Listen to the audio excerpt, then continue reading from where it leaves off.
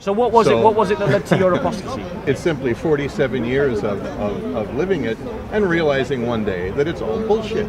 That's a grand statement based on what? Well, look, I'm from the United States. Let's not talk about Alabama. By the way, congratulations to Alabama for getting rid of abortion. Brilliant. Well done, Alabama. And Missouri, copy them. Put two people in a room. Close them up in a room. Right. You're going to be the raped or the rapist. Which one do you want? I want to be the one that's raped. So, well, you're an idiot. I'm an idiot because I chose not to do something wrong. That chemical cannot be called love because the meaning of love is so much more than simply an interaction. It's about meaning. If I gave you a bottle of oxytocin, you wouldn't look at it and say, a bottle of love, would you? The way that I came to an understanding of what is true is through narrative. Your narrative of the world does not correspond to reality. Yeah? Why not? Okay. I'll bite.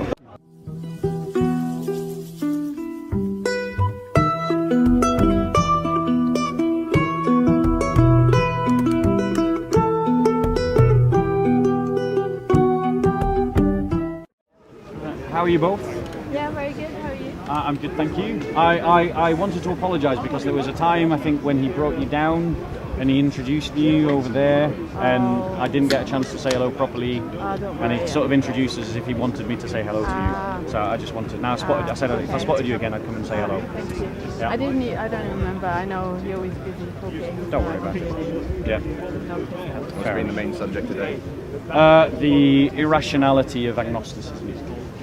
Okay, you don't agree with the agnostic interpretation? The agnostic interpretation is a fundamentally flawed way of thinking, because it posits as a certainty uncertainty. See, I kind of feel like maybe Christianity did start on the agnostic route and then became literalist. What basis are you saying that?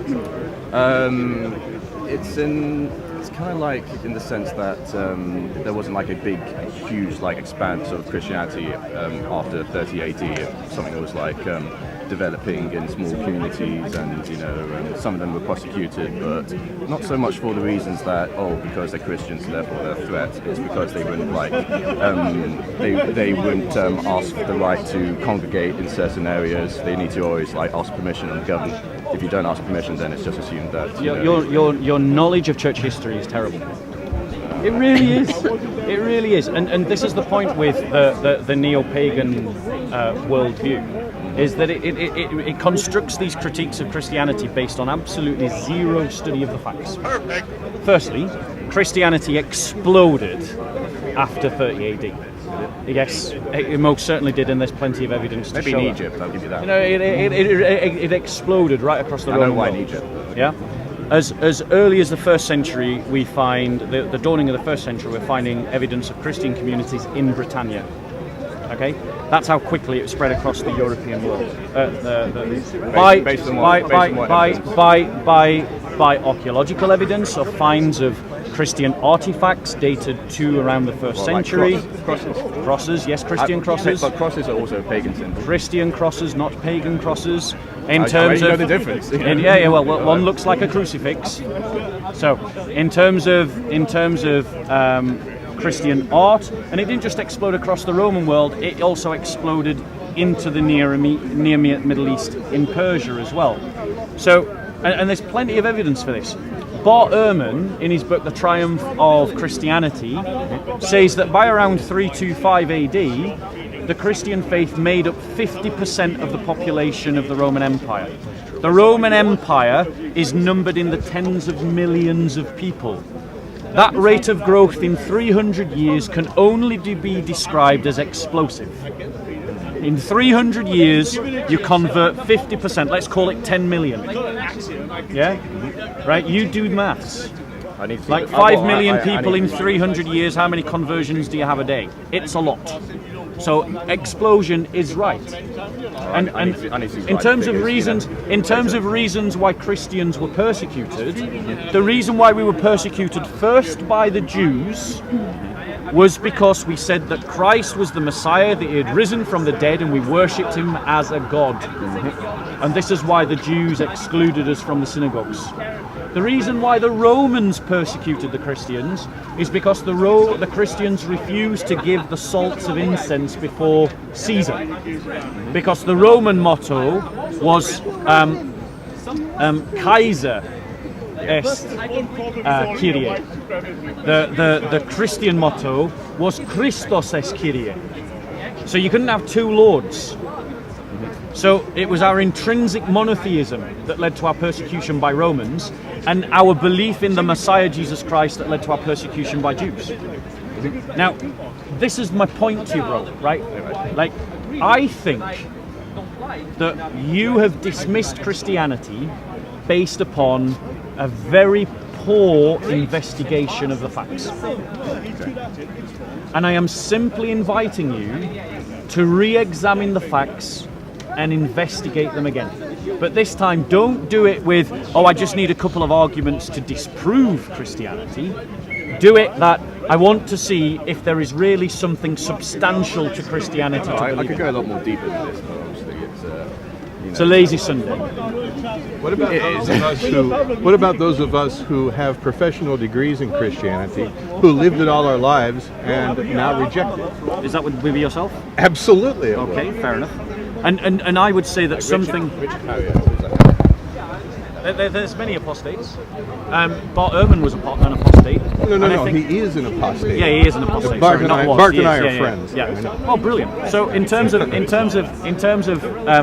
these kinds of apostasy, it's because the narrative, the narrative in which they have been discipled within the church, has failed them, and it has failed to allow them to engage with the reality as they experience it. I don't need anybody to tell me what Christianity is. I know very well. Well, that's fine. Yeah. I read the Bible in the original. So what was it? What was it that led to your apostasy? There isn't one thing. Okay, that's fine.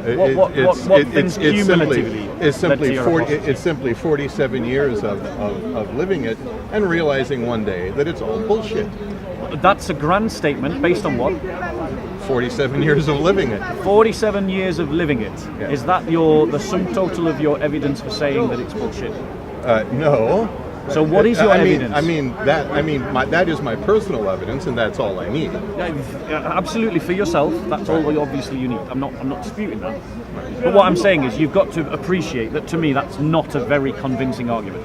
I'm not trying to make an argument. As to why I think it should. I'm not trying to make an argument because I'm not trying to convince anybody. Okay, so I'm asking you, like, I'm not thinking that you're going to try and convince me. I'm not inviting you to convince me. Right.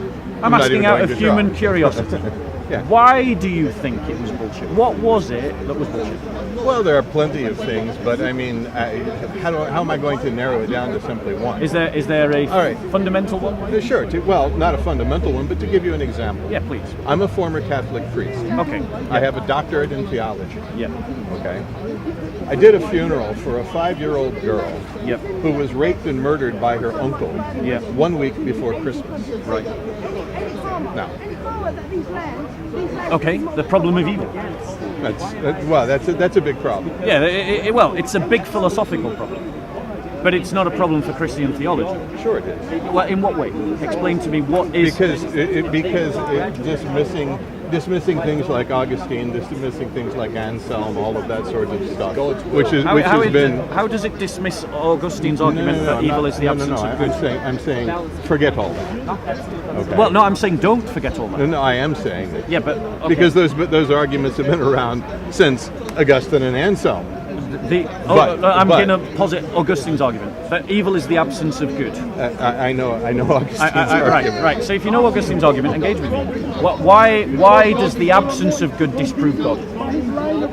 Well, it doesn't. The absence of good doesn't disprove God. There you go. The absence of good is not the presence of evil. Yeah. And in that, this is why I'm just saying that for me, these are not sufficient reasons for the choice that you made. Obviously, no one's trying to impose and say to you that you have to do something if it's different. not good enough. We're just having an intelligent conversation, bro. I am not trying to beat you down. I know. I'm simply pointing out that to me, the reason that you've just offered for the reason for your apostasy is not a sufficient reason to make you. the conclusions that you've drawn. For you. And you also agreed that the absence of good, i.e. evil, doesn't disprove God's existence. I said no. You said that according to Augustine, Yes. which is true, Yes. That evil, right, Is the absence of good. is the absence of good. I'm saying that Augustine is wrong. Evil is not the absence of good. Yeah. Evil is the presence of evil. Even That's evil is, it. Evil. I would say. Well, okay. So let's examine this. Yeah. Evil is the presence of evil. If evil is the presence of evil, And by the way, I'm speaking of moral evil, not natural evil. yeah, no, moral evil. Would you agree that moral evil is a metaphysical statement? No, not necessarily. It isn't. It could be, but So it is not necessarily. To what are we appealing when we describe something as evil? Well, if I stab you, right? Yeah. All of these people around would agree that's evil, and that isn't metaphysical. not. It's simply no. Well, I'm there pretty are- sure she would. There may very well be some Islamists that might cry out Allahu Right. Akbar while you stab me. Well, that's There true. are Islamists at the corner who support ISIS. I know that. And I'm sure that seeing me get stabbed would not be a bad day for them. And by the way, I have no intention of stabbing you. I know you, of course you don't. You seem like a perfect... If you know BART ERHMAN, you're a good man. Yeah, absolutely. And you're obviously an academic, and something tells me that even though you have dismissed Catholic theology and dismissed the Catholic worldview, I No, suspect that... Christian theology. Well, you are a Catholic priest, right? Yes, but I dismiss all of it. Yeah, of course. But something tells me that information, that discipleship, that cultivation of your soul that you experienced whilst a priest will have not just left you, which is why I'm not scared that you're about to stab me. Would you say that's a fair guess? Well, no, of course. I mean, I am a good person regardless of whether I'm a believer or not. Yeah. Because So- it's possible to be a good person and an atheist. Yes, people So can what do be. you believe in now then? I'm an atheist. Just atheist. But I accept humanism. Humanism is what I believe. It's what I do. Atheism describes my worldview. Yeah. Well, it doesn't describe much of a worldview. All it does is deny God's existence. But, Humanism. If you adopt humanism describes more of your worldview than atheism. No. Atheism really isn't a worldview in the sense that you're talking about it. If atheism is a worldview, then not collecting stamps is a hobby. It's a parasitic mean- perspective. No. It isn't. It simply says there is no evidence, or I don't see any evidence for the existence of a God. Therefore, That's I not an am atheist without worldview. a God. No, that's not an atheist worldview. That's an empiricist's worldview. No. Well, you can be an empiricist and an atheist. You can also be a Christian and an empiricist. Of course you can. So it But- is not something that is owned by atheists. is No, what of I'm course pointing not. out. No, of course not. But all atheism. You know and I know that atheism is strictly the denial of God's existence. No, it's not the denial of God's existence. That's a particular kind of No. atheism. That's more anti-theism. Yes. Okay, I'm not. I didn't say I was an anti-theist. I said I'm an atheist. Are you an anti-realist? Define So realism. when we come back to evil, on what are you appealing to say that there's such a thing as evil? Well, again, going back to a non-theistic view of evil. All right, there's a philosophical proposition which is called, in various circles, the blindness experiment. And what it is, here's a box, and the only thing that exists is what's in this box. All right. Now, we put you in the box, and we put someone else in the box. You're either going to be the one who is raped or the one who is doing the raping. Okay? You don't know which. Which one don't you want to be? Answer: you don't want to be the one who is raped. Therefore, raping is wrong. Okay? We take two people, we put them in the same box. So you just You're appeal, the thief. So you just No. Wait, you just appeal to the divine teaching of do unto others as you would have done unto you. No, I didn't. So in what way first was of all, that not an Jesus, appeal to that? easy.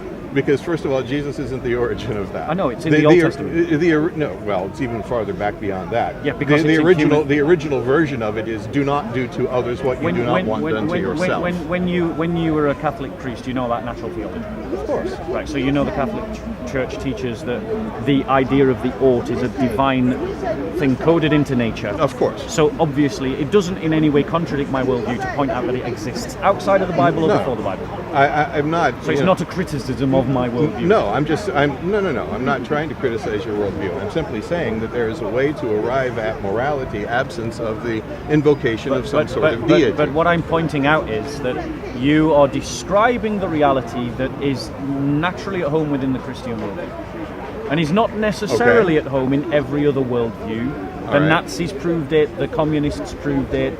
You know, there's countless ideologies that we can look to, both atheist and theistic, that don't necessarily believe in the idea of do unto others as you would have done unto you. Right. That is something particular to the Judeo-Christian perspective. No, it's not particular to the Judeo-Christian perspective. So, because it goes back beyond Judeo-Christianity. Yes. So it cannot be particular to that perspective. But it is particular to the Judeo-Christian view. But it's just most often quoted by Judeo-Christian people. It's very central to our worldview. Okay, but that doesn't mean it's exclusive to it. I never said that, and I said exactly the opposite just 5 minutes ago when I talked about natural theology.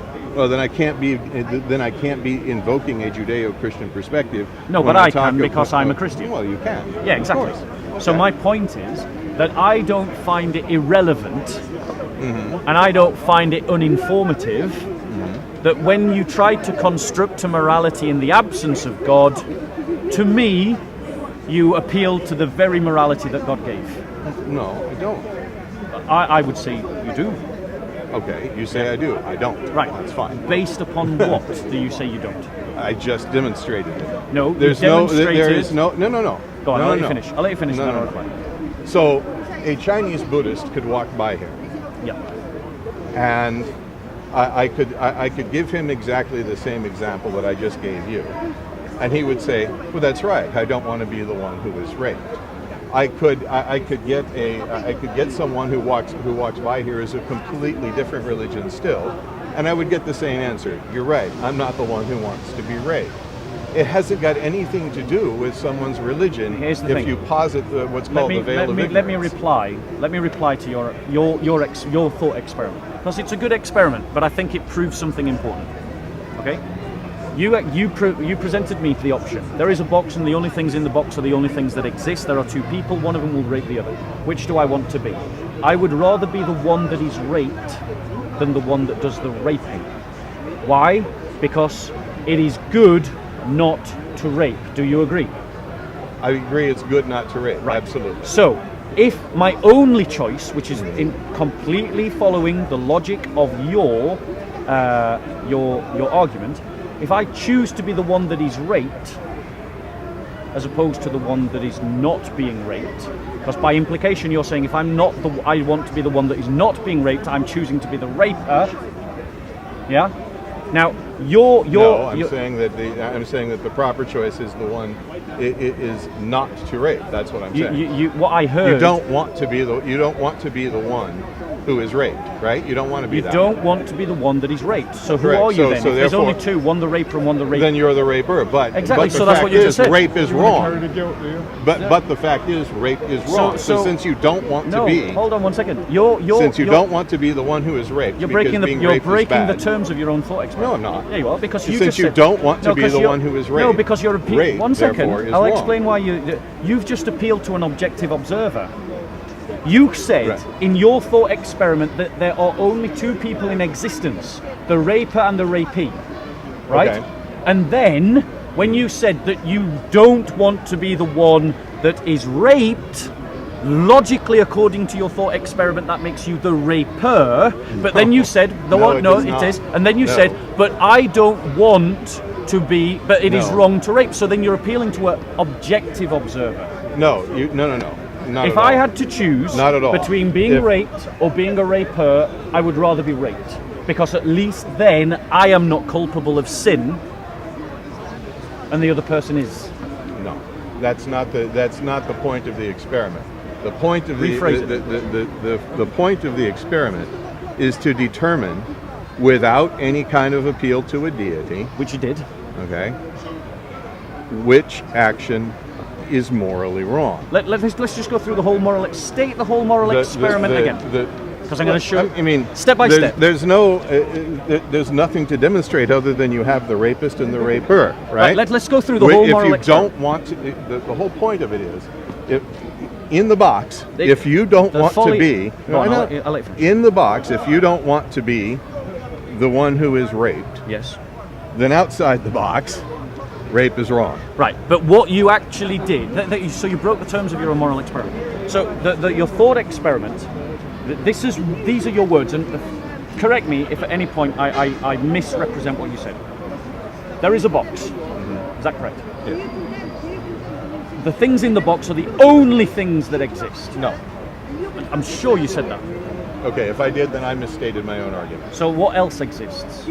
For the purposes of the experiment, nothing. But the way that the experiment is meant to be tried, Right, so is in the box let's restate it again. to describe proper behavior outside the box. Let's restate it again. There is a box. The things in the box are the only things that exist. Is that right or wrong? Is that what you said in the terms of your thought experiment? You didn't say that. No, the point of the experiment is to decide, based on what is in the box, what is proper behavior outside the box. So is there That's something all. outside of the box? Sure.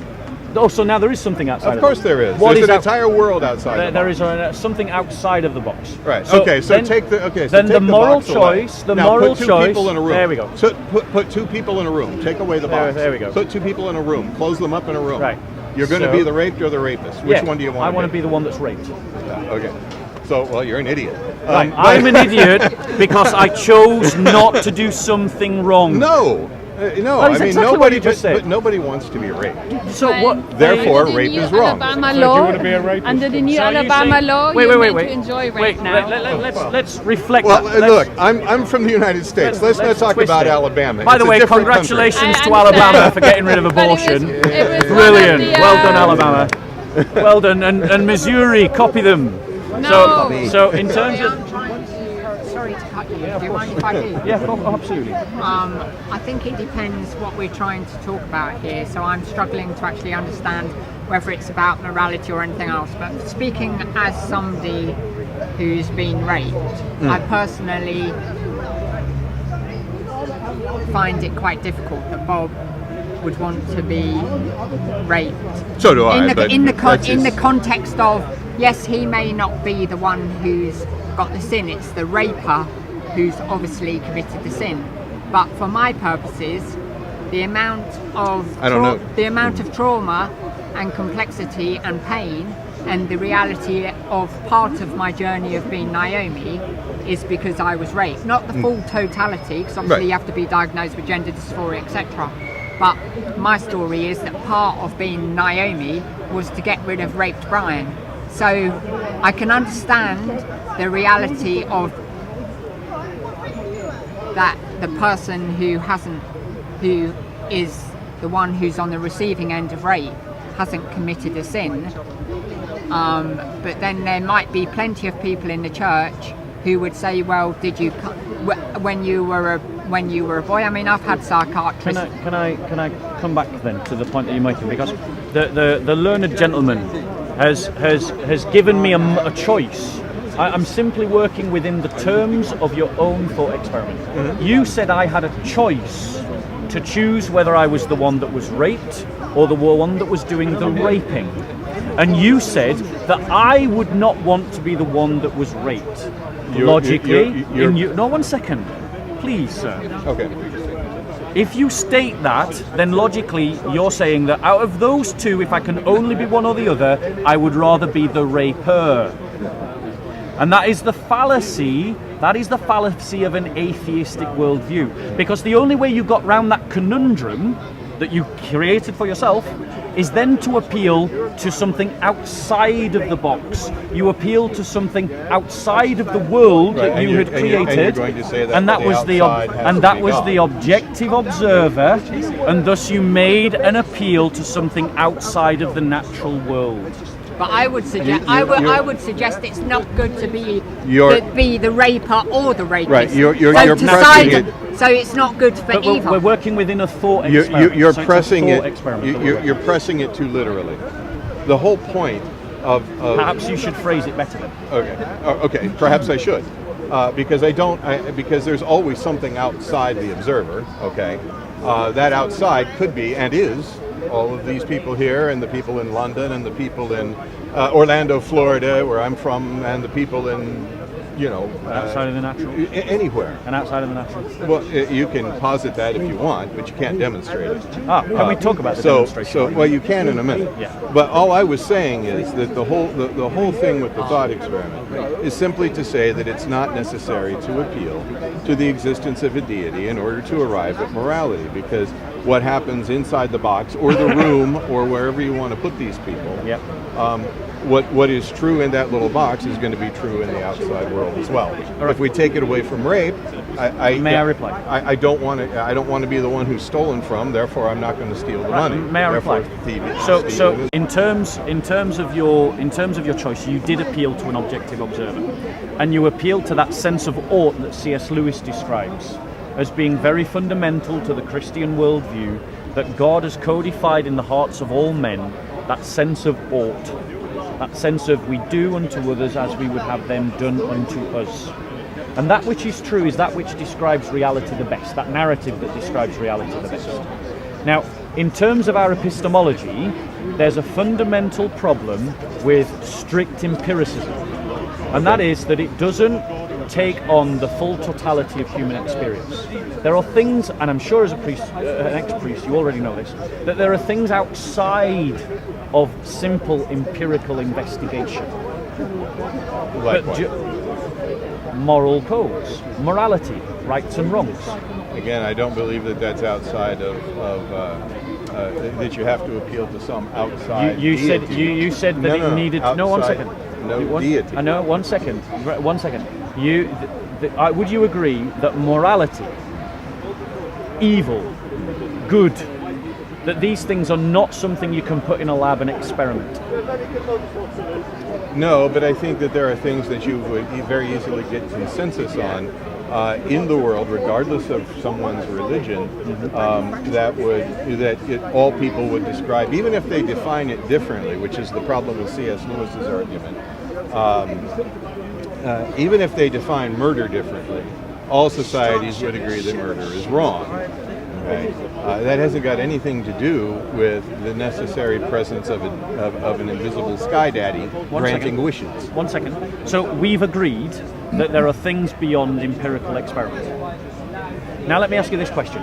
Do you also agree that these things that are beyond the realms of empirical experiment are still real? Some of them are. Some of them are. Like mathematics.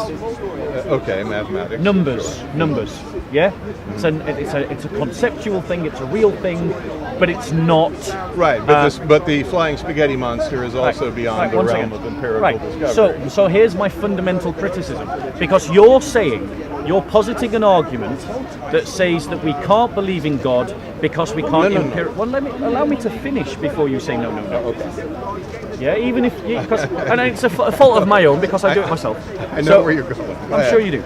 So my point to you is that if you're saying that if you agree with me that there are things that are real that are outside of empirical investigation, it is a fair conclusion to make, I believe, and you'll have to demonstrate why it isn't, that it is not necessary to have empirical proof of God's existence, especially by the fact that we say by nature that God is supernatural in the Latin sense, and thus God is above nature, and thus above natural inquiry.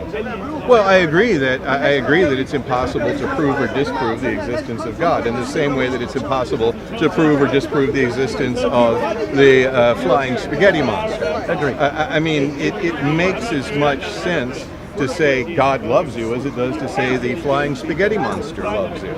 Right. Because there's no way there is proving something. or disproving. Yeah, there is something actually. Who has gone around saying that the flying spaghetti monster loves you? Forgive me for saying this, it's actually true. Yeah, I know there's a religion. I studied religion at university. Pastafarians. Yes, Pastafarians, exactly. Right, now, bearing in mind that pastafarians, what are they doing when they say that the spaghetti monster loves you? Are they be honest? No. Oh, no, 1 second, sir. Are they positing something that is true, or are they mocking something they don't believe in? They're mocking something they don't believe in. Right, so they're not making a real statement then, are they? Well, no, but you asked. Yeah, you asked me but the whether point I'm is, you saying. talked about the meaning of language. Yeah. And what I'm saying is that if you're going to talk about the meaning of language, then you have to use language in the way that it is used. So when the the pastafarians say the spaghetti monster loves you, they are not positing that as a reality. They're positing that as a satirism upon someone else's reality. Absolutely. But when I say God loves you, and when you used to say that God loves you, you were positing it as a real thing. True. Now, let me ask you this question. Is love something that you can empirically prove?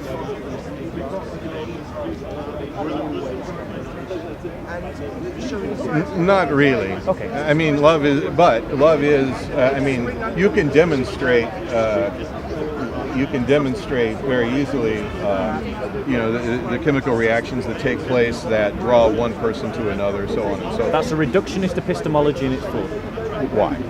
Because love is something that we experience at levels that are not simply something you can stick in a test tube. It's connected to the full gambit of human psychology. No, I agree. But you can exactly. But you can Allow easily me demonstrate. Allow me to finish. It's connected to things like meaning. It's connected to things like history. It's connected to things like culture. This is not something that you can simply dissect in a lab and say this is love. No, but you can show the origins of it very easily. No, you can't. Sure, you can. No, you can demonstrate an aspect of the mind that is connected to the experience of love, but that chemical cannot be called love because the meaning of love is so much more than simply an interaction. It's about meaning, and meaning is not something you can stick in a lab. No, meaning is not something you can stick in a lab, but oxytocin But would you say, yes, but oxytocin isn't love. If I gave you a bottle of oxytocin, you wouldn't look at it and say, a bottle of love, would you? No, of course not. No, you wouldn't do that. But if your partner, I'm hoping you've got a partner now, or your children, if you've got blessed enough to have children, no, or your friends, I followed the rules, or your friends come up to you and go, bro, I heard about that sad day that you have. Let me sit with you and mourn with you, and let me stand with you in all your pains. You would call that love, right? I would call it empathy. Empathy. Okay, so do you believe love is a real thing? Depends on what you mean by love. Love is that sacrificial action for the benefit of another. When you sacrifice something in yourself to benefit someone else. Evolutionarily, yes. Possibly individually, no. So are you saying that you don't love your mother? Well, I did. She's dead. Okay, God rest her soul. But are you saying you don't love BART ERHMAN, your friend? We're buddies, but we're not. I mean, you know, there's more than one type of love. I mean, if you consider like buddies, somebody that you sit down and have a beer with at the pub, then sure. Okay, so love is something real. It's something meaningful, right? I don't know whether he would consider it meaningful. Yeah, right. My point. He's kind of a rascal. My point is, you can't take the chemicals out of the brain. You can't take the chemicals out of the brain that are connected undeniably to the experience of love and say that in this bottle right now I have love. Of course not. No, of course not. Which means that it's a bottle of chemicals. Which means that love cannot be reduced by the reductionist epistemology that you posited. No one said it could. You did momentarily. No, I said that love originates out of a chemical reaction which can be demonstrated. Yes. So I don't know. But it's not love. So I don't know if there. I don't know. But it's not love. But it may not be. But again, what you're calling, so let's talk about love, it may be simply an illusion. So it's simply an illusion. I don't think that when your friend stands with you in solidarity during your mourning, you will call that an illusion. I think that you will say thank you. And the very fact that you will say thank you will tell you that it's real. Well, empathy, there's empathy, right? And empathy can be experienced between two people without it being what you are necessarily calling But it's love. real, it's not an illusion. It's simply an understanding of human... Is it real or illusionary? depends on the experience. I've just described the experience. Like I said, to me it may feel real without it necessarily being real. So, in terms of what we can know about the real world, are you saying that we can only know what we can experience and experiment on? Ultimately, sure. So you're saying that there isn't a thing called love? Well, like I said, ultimately it may be a delusion, so I could be wrong. So you don't I mean, love Bart Ehrman, your friend? No, I didn't say that. So you do love Bart Ehrman, your friend? You're trying to be Tim Bruggencake and you can't do it. No, I'm not being there is a problem. There is a problem, but he's got one arrow to his quiver, and that's all he can use. And once I know. Once he's shot it, he's out of bullets. I know. I've got many bullets. I got many arguments. Well, I have to say, you're better to talk to than Cy. Cy's an idiot. But my question to you, right? It isn't an either or. I mean, for instance, I'm asking you if it's a real experience. If you have two people who are married. You married plenty. I know. Trust me, I know. Yeah. And by the way, just in case anybody ever asks, any priest would rather do 4 funerals than 1 wedding. Fair enough. I'll speak with my vicar about that. See if he agrees. Well, no, and the reason is you can never make the bride happy. However, the dead guy is just fine with whatever you do. But sir, coming back to, I'm asking you about. And so is his family, sir, as long sir, as you don't say he's in hell. I'm asking you about what is real. And that's the point. You don't know. You do know. No, you don't. No. Because you take two people who are married, right? No. You take two people who are married. Yep. They go on for 25 years. Yep. And 24 years into it, she finds out that he's had three or four of them. Yeah. And and then how is she supposed to define that? Does the fact that she was deceived mean that there's no such thing as reality? Because that doesn't follow. That's non sequitur logic. No, it doesn't mean there's no such thing as reality. So what I'm asking, it means that how she interpreted his love. But wrong. But then but what you're trying to do is you're trying to extrapolate that into a principle in a very flawed Kantian way, because you're trying to say that because this person was deceived, that therefore no one can know what reality is. No. And I'm saying to you that you can know what reality is. Simple question. Did you love your mum? Of course. Right. So there is a thing called love then. There's a thing that we all agree that's love that I would have experienced from my mother. And it's not an illusion, it's a reality. In my case with my mom, it was. And what is God? Huh?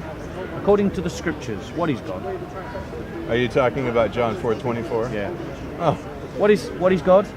God is love. God is love. Ubi caritas et amor Deus ibi est. Yeah, I get it. So my point to you is now do it in Hebrew. It wasn't written in Hebrew, and you know damn well it wasn't. It wasn't written in Latin either. That's true, actually. Yeah, you got me on that one. You got me on that one. He did get me. Yeah.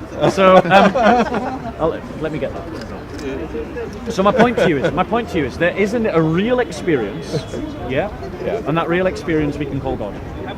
And I am saying to you that you have experienced God, but you have been informed by your culture. Wait a minute. You've been informed by argument. You've been informed by the pressures of culture that is not God. Naomi is a real experience. I do not worship Naomi. She is not God. That is true. So how is it that that real experience? How do we leap from that real experience is what we call God? So then we have to take it further. We have to take it further, which is that love is relational. A lot further. Yeah, love is relational, right? There's a lot more steps in between. Yeah, I know. So love is relational, correct? Obviously, you have to love something. If if we're going to use the common vocabulary, then you have to have an object for your love. Yeah. So in terms of, because we're talking about epistemology, and I don't want to get sidetracked. The argument that I've just made was simply to demonstrate that you can know things are real without empirical proof. If you're saying that you can know things are real without lab testing, without empirical proof, yes. Well, without lab testing, yes. Falsification. No, it's not. I can know that Naomi is real. I'm not saying and you're I don't have falsifying to test her in a lab. I can see her right there. She is. You can experience. But I used love, not Naomi, as the reality. But then you generalize to things.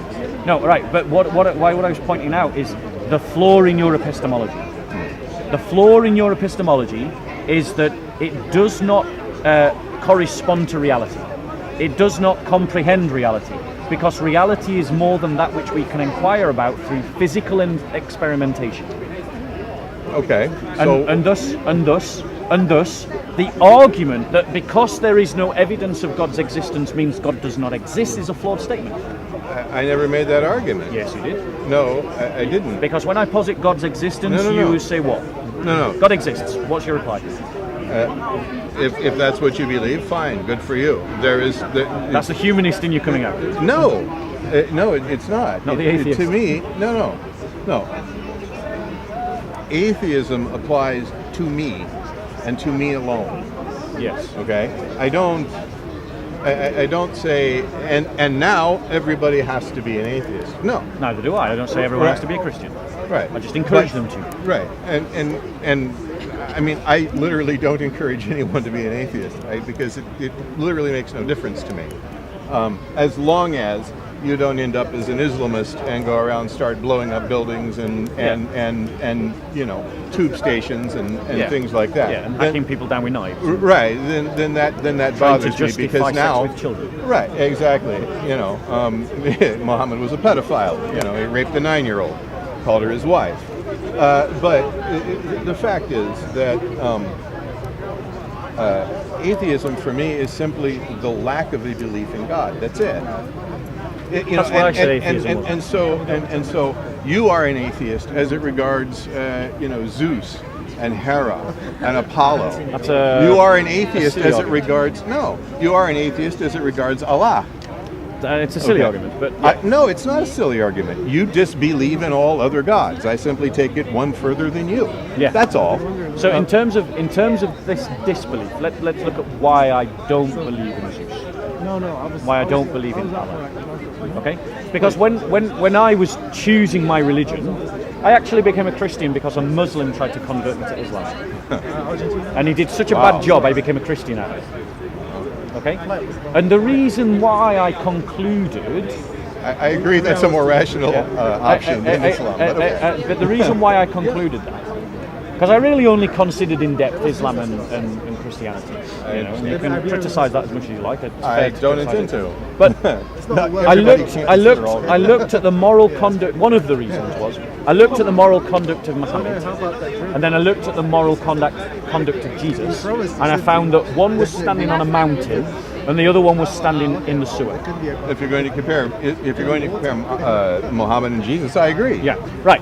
But then I also looked at the way that Muslims were describing Christianity, saying that, the Bible can't be trusted, it's been changed, Jesus never claimed to be God, the Trinity doesn't make any rational sense, Christ was never crucified. And I examined these kind of principles that they were using, and then looked at Islam from their own principles and found continuously that they were throwing stones out of glass houses. And so I found actually, well, if you're saying that the Bible's been changed, there's evidence the Quran's been changed. If you're saying that Jesus never claimed to be God, well, actually, he's very clearly stating that he's God, so that is just not true. And what I found was the arguments being made against Christianity were flawed because they were either partially untrue or totally untrue. And many of them could be reversed and put back onto Islam. So in other words, the way that I came to an understanding of what is true is through narrative. Yeah? Okay. Through narrative. And what I'm suggesting to you as a thinking man, is that your narrative of the world does not correspond to reality. Yeah? Why not? Okay. I'll bite. So, why not? Right. 1. The epistemology is flawed.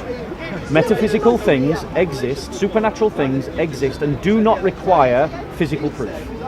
Numbers do not require physical proof, they exist, they are there. Yeah, it's a real thing.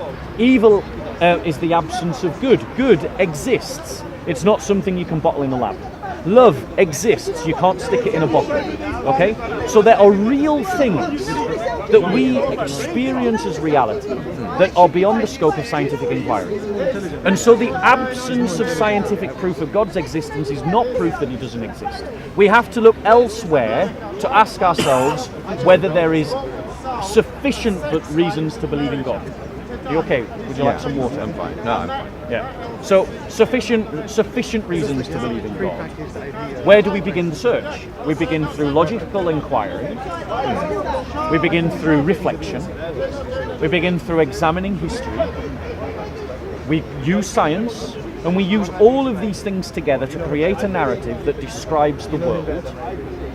And to me, that world makes most sense with God at the pinnacle of it. You take God away and everything else starts to unravel. Epistemology unravels, the consensus of being unravels, ontology unravels. Existential, coherent narratives about existentialism begin to unravel because God is the basis of them all. And without God, you start to fall into Nietzsche's relativism and Hume's radical skepticism, and you end up not being able to even know that you exist. That's not the position of Nietzsche. I know I exist because Descartes said so. No, I'm kidding. I figured that you were. Be careful, he was a Catholic. No, I know. Yeah. But Very intelligent Catholic. No, he was obviously All Catholics are. A product of Jesuit education. Well, I would agree. No, it definitely doesn't have anything to do with it. Doesn't have anything to do with the doesn't have anything to do with the Jesuits. I had just a little funny story as an aside, and then I'll get back to my main point. When I was in seminary, I had two professors, one who was a Jesuit and one who was a Dominican. And we were all sitting in the refectory one day at lunch, and the Dominican and the Jesuit were at the same table I was. And the Dominican said to the Jesuit, seriously, he said, a real story. It is a real story. This is not a joke. The Dominican Sounds like you're setting up a punchline. the Dominican looked at the Jesuit and he said, really, when it comes right down to it, when we both die, who do you think God will say was in the better order? And then the Jesuit, just looked back at me and said, says, Father Denning, I don't get your question. He said, well, look back in history, if you will. The Dominicans were formed to combat the Albigensian heresy, yep. and the Jesuits were formed to combat the Protestant heresy. Yep. How many Albigensians do you know? Yeah. And of course, we all laugh because it's a funny theological joke if you're in a seminary. Yeah, it was a joke. Right, but. Anyway, that's just my little story nice about joke. the Dominicans It's a nice and the joke. Jesuits. Okay, right. back to the point. In any case,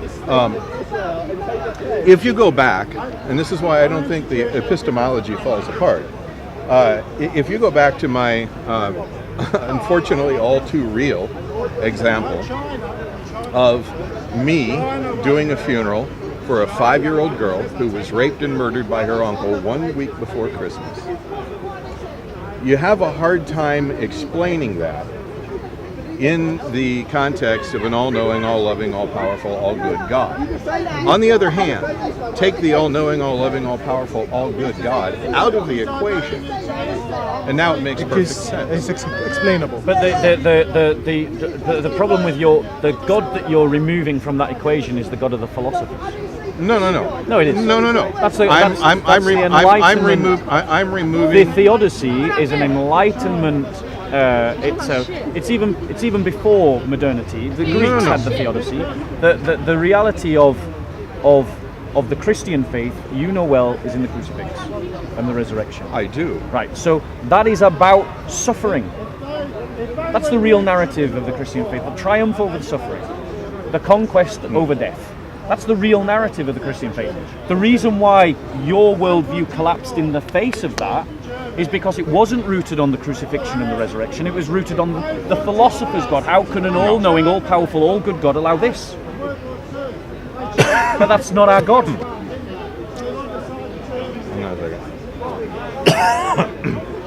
Actually, no.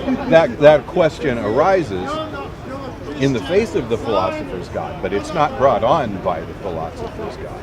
It's brought on by the constant insistence of Christianity that God is our Father who created all things. In your light and in your glory, you brought your Son into existence for our salvation.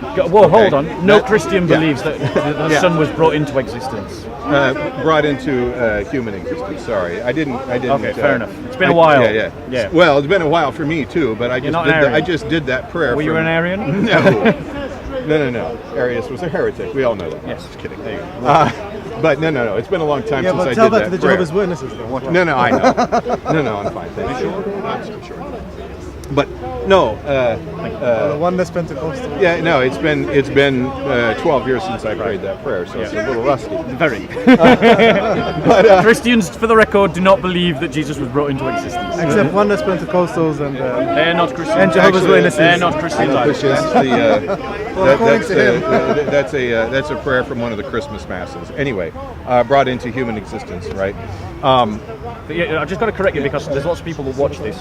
He's misquoted the prayer. It doesn't say that Jesus was brought into existence. No. There's no I liturgical corrected prayer that says- myself. Yeah. Right. But in any case, my point is that if we're trying to explain reality, and all of us are, right? I don't care where you come from, whether you're Buddhist or Christian or atheist or Muslim, whoever you are, all of us are trying to get along with reality. Okay. Yep. And so, from my viewpoint, and this is only from my viewpoint. Again, I'm not trying to convince anyone. No one. You're I'm able doing to, that, but you're not. No, I know. Yeah. I know. But from my viewpoint, any type of theism that you stick in the middle complicates reality more than it actually helps one get along with reality. Granted, I will grant you, there are very, very many things that seem a whole lot easier to go through with some type of theism, Yeah. right?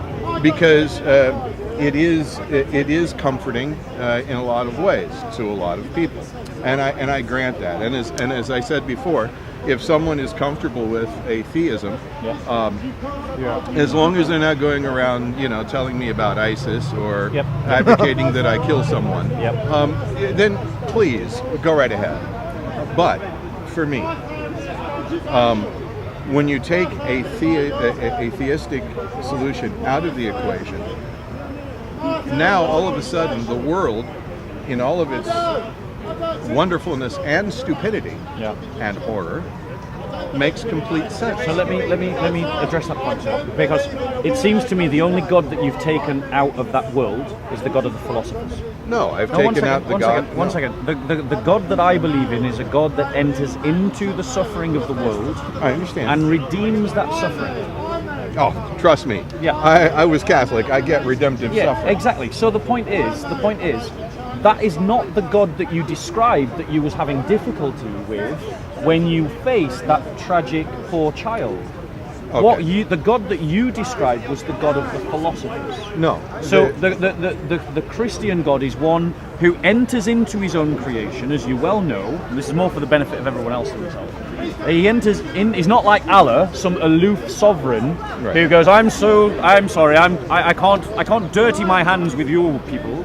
He's not like that. Shut up and worship. Yeah, shut up and worship me. That's not our God. I know. Our vision of God is someone who says, these are people that I care about. They were made in my image. I want to adopt them into my family. I'm going to solve the problem that they can't solve for themselves. I will enter into that creation. I will take on their form. I will elevate their dignity, and I will redeem them from the curse of sin through death, which leads to death. And death is the death of the soul, not necessarily the death of the body. That is our God. It's God who enters into suffering. So if God is willing, if God actually enters into suffering, that is saying that suffering is what? It's saying that suffering is not necessarily evil. I would agree that suffering is not necessarily evil. And it's saying suffering can be redemptive. in the same way that a mother and father say, son, you're going to have this operation. It's going to hurt. You're going to suffer. But it's not evil because the purpose is obviously to heal. Yeah. So, okay. So not all suffering is necessarily bad. Yeah. But a 5-year-old that gets cancer and dies, there isn't much sense to get out of that, even with the Christian God that you're talking about, I mean, which came into the human form and which suffered for our sins. Even looking at it through that kind of God, That example in itself, I'll deal when you with it. experience that, it's extremely difficult to explain. Because I think And even if it's just a liberation from sin, all I have to say is look around you. How's that going for the past 2,000 years? well, I actually think the project has done some triumphant work. You know, like slavery has been combated for 2,000 years. We got to the point where we nearly abolished it completely. There is But a massive concern to help the poor. There is the fact that millions of souls have been that set free from the lies of an atheistic worldview. You know, that leads to communism and Nazism.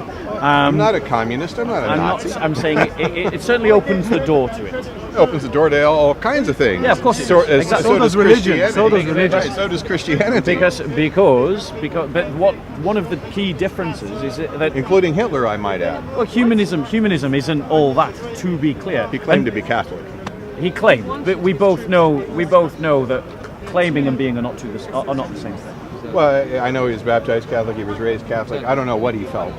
Well, I think if you look at But I also do know if you that look on at his- Kristallnacht, he pulled out Martin Luther's On the Jews and Their Lies and held it up and said, Martin hey. Luther isn't Jesus Christ. So, No, I you know, understand, but he's the father of the Reformation. He's the father of the Reformation, but at the end of the day, you know and I know, I'm sure you know, that Hitler was not someone who was following a Christian worldview. Of course not. He was following a National Socialist worldview. Well, he was following his own worldview, but Well, that's a National Socialist worldview. but I'm saying that Christianity on both sides can also be used to justify But anything you want. My concluding thought, because I'm going to go get a cup of tea, and you're more than welcome to join me if you want.